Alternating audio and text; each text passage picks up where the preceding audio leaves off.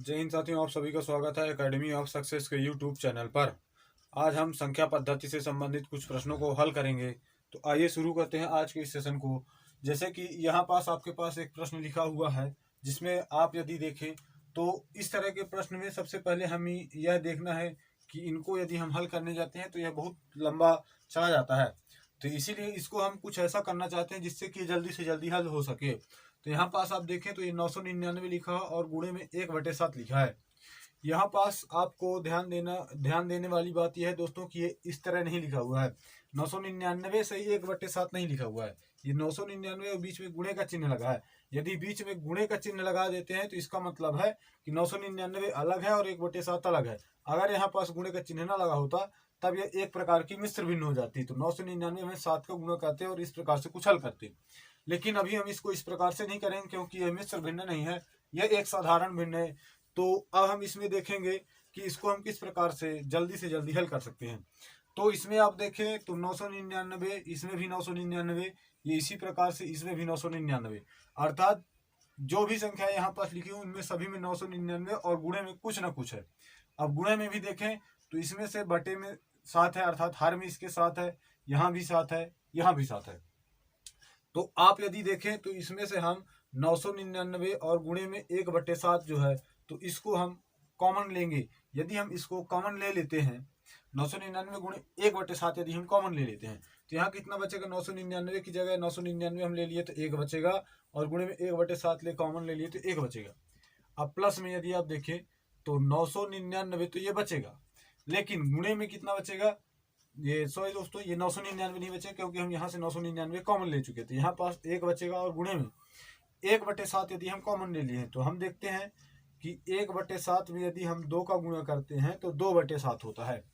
अर्थात यहाँ पास हमारे पास क्या बचा? जब हम 2/7 से 1/7 निकाल लेते हैं तो हमारे पास 2 बचता है। तो इसी प्रकार से यदि आप देखें तो इसी प्रकार से ये श्रृंखला चलती रहती है और कहाँ तक जाती है? 7 तक जाती है। तो इसी प्रकार से 1 गुणे 3, 1 गुणे 4, 1 गुणे 5 प्लस 1 गुणे 6 प्लस 1 गुणे 7 हो जाता है और इस प्रकार से ब्रैकेट क्लोज हो जाता है। अब इसको हम आगे हल करते हैं तो 999 और गुणे में 1/7 हो जाता है। अब इसको यदि आप देखें तो सभी में 1 का गुणा किया हुआ है, अर्थात हमें जोड़ना क्या है? 1 plus 2 plus 3 plus 4 plus 5 plus 6 plus 7, इस सभी को हमें जोड़ना है।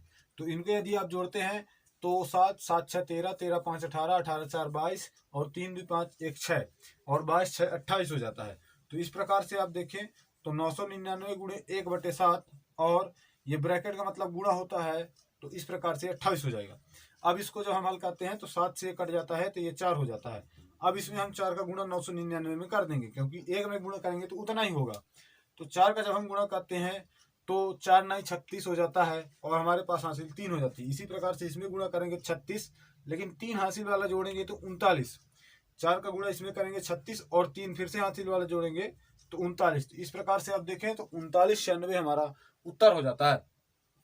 तो इस प्रकार के प्रश्न जब भी आपको दिखे तो आपको सबसे पहले यह ध्यान देना है कि ये जो बड़े प्रश्न होते हैं ये बड़े दिखते भले ही हैं लेकिन यह इतने बड़े नहीं होते हैं। इसमें यदि आप थोड़ा सा लॉजिक लगा लेते हैं, जैसे कि यहाँ पास आपने क्या लॉजिक लगाया कि 999 गुणे 1/7 यदि हम कॉमन ले लेते हैं तो हमारा जो अगला जो पार्ट है प्रश्न का वह बहुत ही छोटा हो जाता है। ये सामान्य जोड़ हो जाता है और इस सामान्य जोड़ से हम इसको हल करके नॉर्मल हम इसको गुणा कर देते हैं तो इस प्रकार से हमारा ये उत्तर आ जाता है।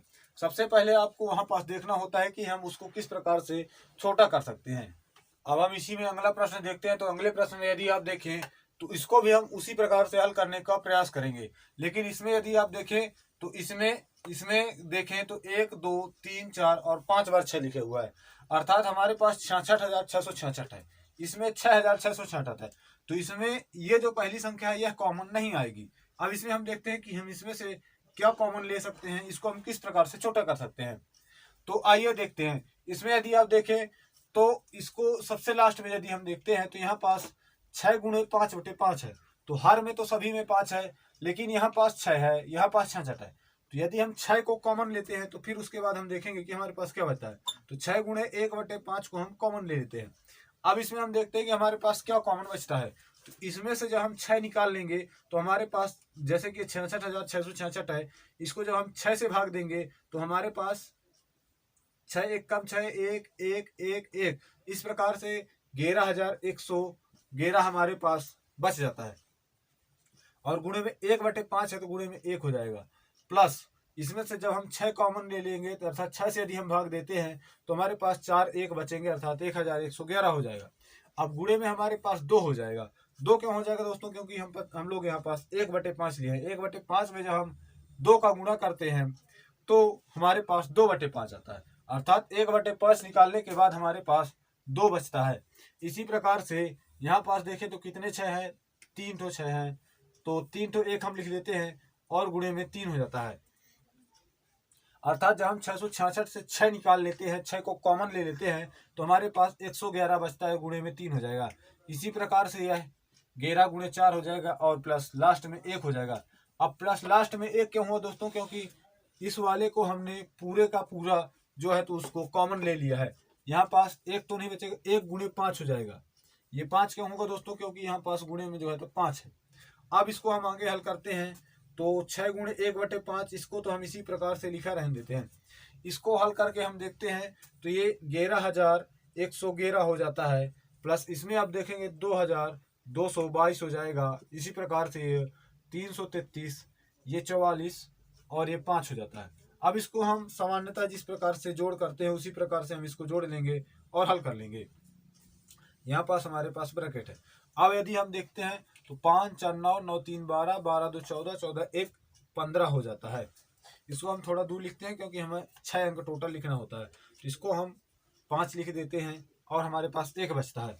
अब 4 और कैरी वाला 1 था तो 5 5 3 8 8 2 10 10 1 11, फिर भी कैरी 1 है। अब यहाँ तक तो हो गया, तो 3 3 1 4 4 2 6 6 1 7, ये 7 हो गया। अब कैरी हमारे पास नहीं है, 2 और 1 3 हो जाएगा और यहाँ पास 1 फिर से बचेगा। तो अब हम इसको देखें तो यहाँ पास 5 है और इसकी इकाई में 5 है, तो विभाज्यता के नियम अनुसार यह जो है तो 5 से पूर्णतः विभाजित होगा, इसलिए हम इसको काट रहे हैं। तो इसको जो हम विभाजित करेंगे तो 5 से विभाजित करते हैं तो 5 दूनी 10 हो जाता है। 3 7 बचेगा तो 5 7 35 हो जाएगा। यहाँ पास 2 और 1 बचेगा तो 5 चौको 20 हो जाएगा। 1 5 बचेगा तो 5 3 15 हो जाएगा, अर्थात हमारे पास 27 43 बचता है। इसको हमें 6 से गुणा करना है तो 6 3 18 हासिल 1 हो जाएगा। 6 चौको 24 24 1 25 हासिल 2 हो जाएगा और 6 7 42 42 2 44 हासिल 4 हो जाएगा। 6 दूनी 12 12 4 16, तो 16,458 आपको इसका जो है तो उत्तर आ जाता है। तो इन प्रश्नों को हम इस प्रकार से हल करने का प्रयास करते हैं।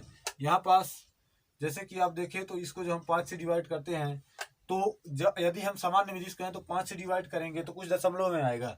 तो इस प्रकार के प्रश्नों को हमने पहले भी आपको बताया कि हमें इसमें से कोई ना कोई तर्क निकालना है, कोई ना कोई ऐसे अंक निकालने हैं जिनको हम कॉमन ले सकते हैं और उसको हम देख सकते हैं कि उसके बाद हमारा सवाल छोटा किस प्रकार से होता है। तो यदि आपको यह वीडियो पसंद आ रहा हो दोस्तों तो हमारे वीडियो को लाइक जरूर करें और हमारे चैनल को सब्सक्राइब जरूर करें।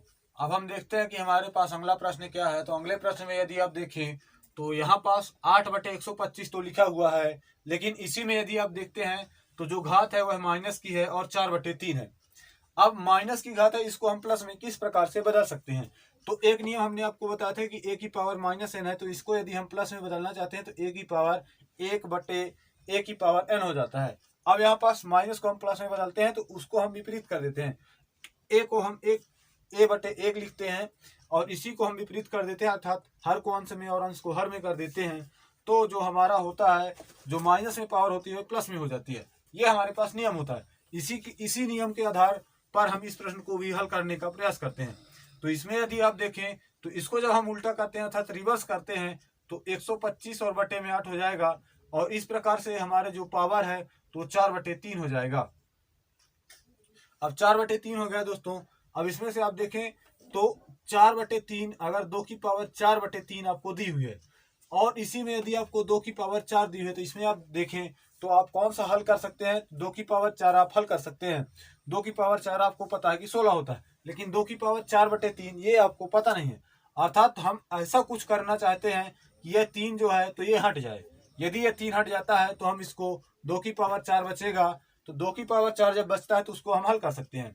अब इसी में आप देखें तो 125/8 है, इसमें कुछ हम ऐसा करें कि 3 जो है तो वो हट जाए। अब 3 किस प्रकार से हट सकता है, तो हम कोई छोटी संख्या लेके आपको दिखाते हैं। मान लीजिए कि हमारे पास 8 लिखा हुआ है और इसका 1/3 इसकी पावर है। तो 8 को आप किस प्रकार से बदलें कि यहाँ पास इसके पावर में 1/3 है, तो इसमें हम गुणे में 3 कर लें तो ये 3 से 3 कट जाएगा। तो यदि हम 2 की पावर 3 करते हैं और गुणे में 1/3 कर देते हैं, तो इस प्रकार से हमारे पास है 3 से 3, तो 2 की पावर 1 बचता है। अर्थात 8 का पावर 1/3 है, तो उसको 2 हम लिख सकते हैं। तो इसी प्रकार से 8 में हम देखें तो 8 का क्यूब कर सकते हैं। 125 का क्यूब होता है तो ये 5 का क्यूब होता है। इस प्रकार से 5 का क्यूब और ये 2 का क्यूब हो जाता है, और इसको यदि हम लिखें तो 4/3 लिख सकते हैं। अब इसी में हम देखते हैं कि 5/2 यदि हम इसको लिखें और 3 जो क्यूब दोनों में लगा हुआ है, अर्थात दोनों की पावर सेम है, तो इसको हम कॉमन ले लेते हैं, अर्थात इसको हम बाहर लिख लेते हैं।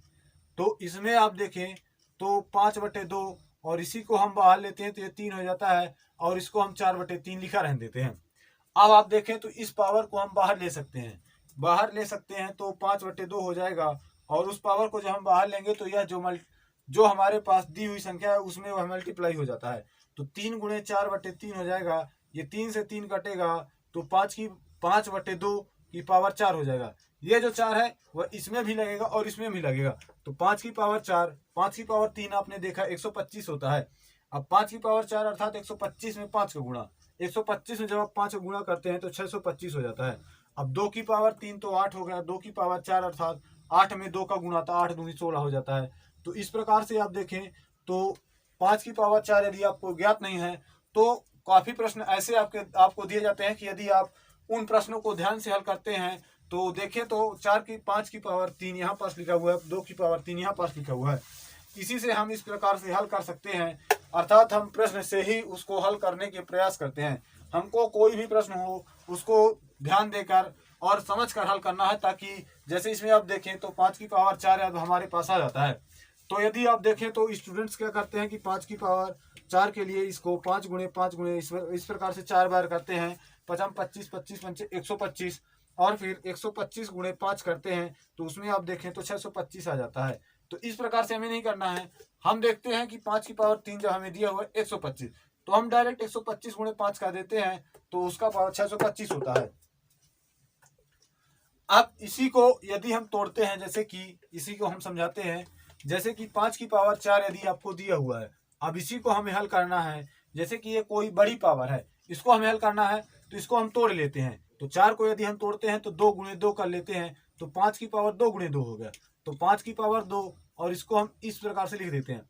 अब आप देखें तो 5 की पावर 2 आपको ज्ञात है 25 होता है, और 25 का वर्ग हो गया, 25 का वर्ग आपको ज्ञात होगा कि 625 होता है। तो इस प्रकार से भी आप इसको हल कर सकते हैं। तो आपको इस प्रकार से कोई भी प्रश्न समझ कर उसको ध्यान देकर हल करना होता है। अब हम चौथा प्रश्न देखते हैं। चौथे प्रश्न को, जिसमें आप देखें तो इसमें 3 रूट लगे हुए हैं, लेकिन बीच में यहाँ पास हमें प्लस दिया हुआ है।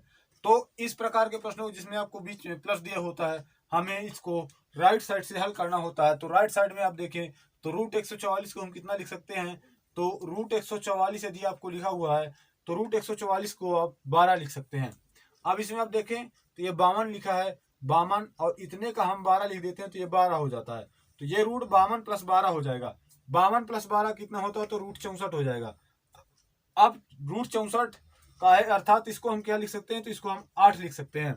अब इसी प्रकार से आप देखें तो रूट 248 और प्लस 8 हो जाएगा। इतने का हमने क्या लिख लिया, इतने का हमारे पास उत्तर जो है तो 8 आ गया।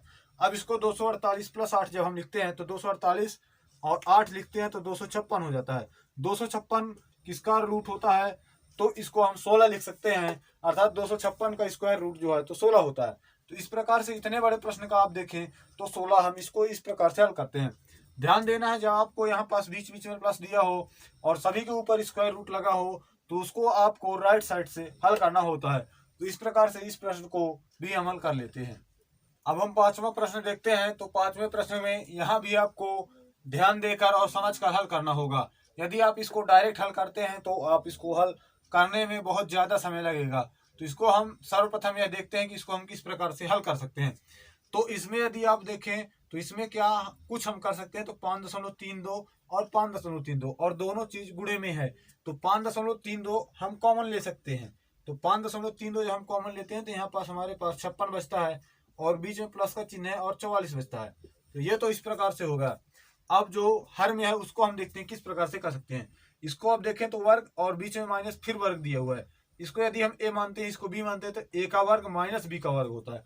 ए का वर्ग माइनस बी का वर्ग सूत्र क्या होता है, तो ए का वर्ग प्लस बी, तो ए प्लस बी और गुणे में ए माइनस बी होता है। तो ए का वर्ग और बी का वर्ग सूत्र हम लिखते हैं तो 7.66 प्लस 2.34 हो जाता है और इसी को 7.66 और ये बीच में माइनस 2.34 हो जाता है। तो ये तो इस प्रकार से हो जाता है। अब इसी को जब हम हल करते हैं तो इसमें आप देखें तो 5.32 हो जाएगा और इसमें यदि आप इसको जोड़ देते हैं तो 100 हो जाता है, क्योंकि 56 44 इसको आप जोड़ेंगे तो 100 हो जाएगा।